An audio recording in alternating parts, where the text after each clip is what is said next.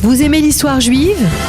Retrouvez Liana Gurfinkel dans Un jour notre histoire sur Studio Kalita, c'est tous les matins, pour découvrir ensemble les événements et les personnages qui ont fait notre histoire.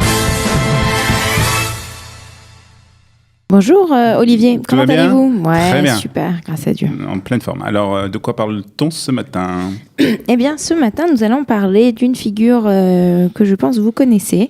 Si je vous dis Marie-Pierre Koenig, plus connue sous le nom de Pierre Koenig. Ah oui. Vous allez me répondre, c'est une rue à Jérusalem. Surtout, voilà, ouais. Exactement.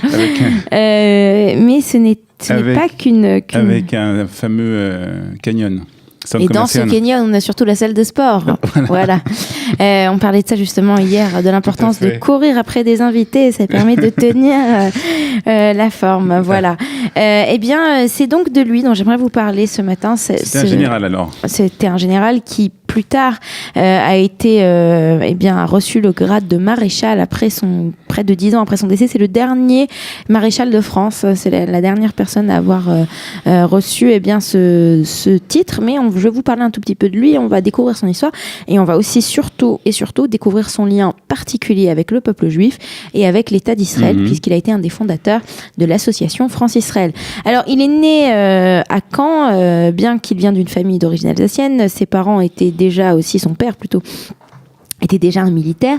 Et puis, il va donc grandir à Caen, où un peu plus tard, ensuite, il va s'engager en 1917 pendant donc la Première Guerre mondiale. Il a à ce moment 19 ans. Il va servir dans le 36e régiment d'infanterie, si ça vous dit quelque chose. Pas du tout. Il sera décoré de la médaille militaire. Et puis, il va continuer donc sa carrière militaire. Il va servir, donc il faut rappeler qu'à cette époque, la France est un peu plus grande que ce que l'on connaît. Il y a pas mal de colonies. Donc, il va servir un petit peu partout, en Allemagne, au Maroc, et puis à Dakar. Et justement, c'est là-bas, alors qu'il est à la tête d'une des brigades de la Légion étrangère, qu'il décide de s'engager dans la France libre en juillet 1940. Il va participer à ce qu'on appelle la tentative du ralliement de Dakar, donc plus tard au ralliement du Gabon et à celui du Levant. Le Levant, donc c'est dans cette région, le Levant, c'est entre Israël et plus au nord la Syrie surtout. Au début 1941, il est promu colonel et c'est aussi à cette même époque qu'il réside et qu'il voyage un petit peu dans cette région du Levant, comme je vous l'ai dit. Et c'est là qu'il va découvrir Eretz Israël, la Palestine de l'époque, et les kibbutzim. Et c'est là que va naître, entre autres, son amitié pour Israël. Il va ensuite commander les Français libres de la bataille de Bir Hakeim et la seconde bataille d'El Alamein, qui sont des batailles, je ne sais pas si ça vous dit quelque chose, ce sont des batailles cruciales pour le sort de toute l'Afrique. Est-ce que l'Afrique va tomber aux mains, pas seulement toute l'Afrique, mais aussi le Levant et entre autres la Palestine de l'époque? Est-ce que tous ces pays vont tomber aux mains des Allemands ou pas? Donc il fait partie de cette bataille et c'est surtout dans cette bataille qu'il va découvrir un bataillon de juifs, puisque c'est le bataillon des soldats palestiniens qui servent sous l'étendard britannique. Et étant donné que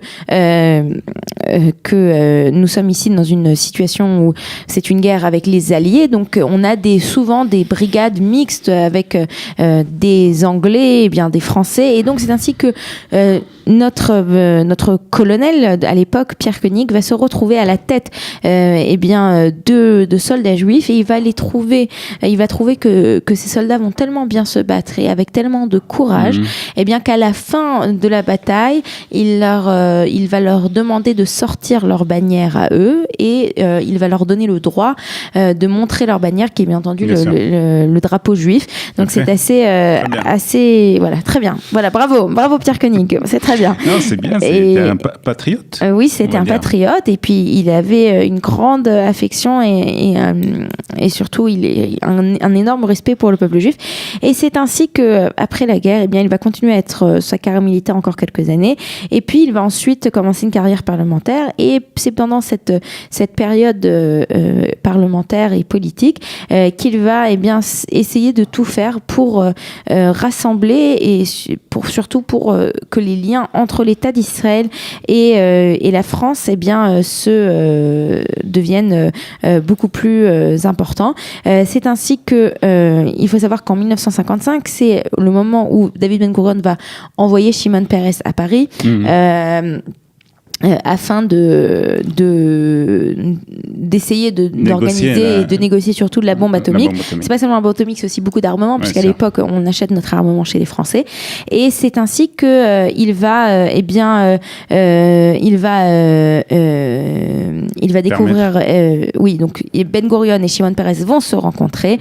Ils vont avoir aussi beaucoup de respect, et c'est à ce moment-là, un peu plus tard, que la Maison France-Israël va être créée.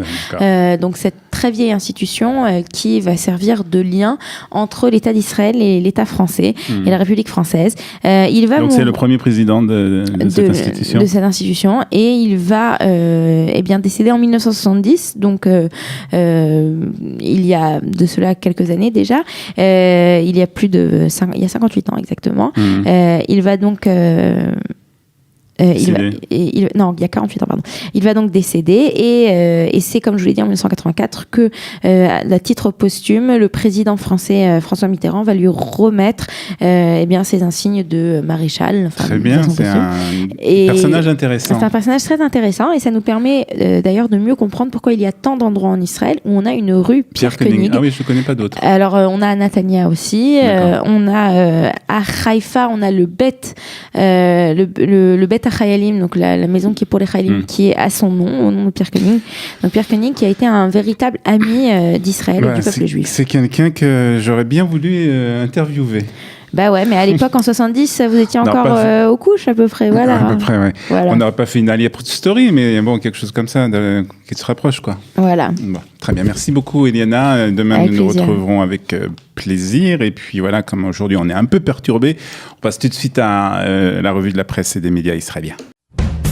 Vous aimez l'histoire juive ? Retrouvez Eliana Gurfinkel dans Un jour notre histoire sur Studio Kalita. C'est tous les matins pour découvrir ensemble les événements et les personnages qui ont fait notre histoire.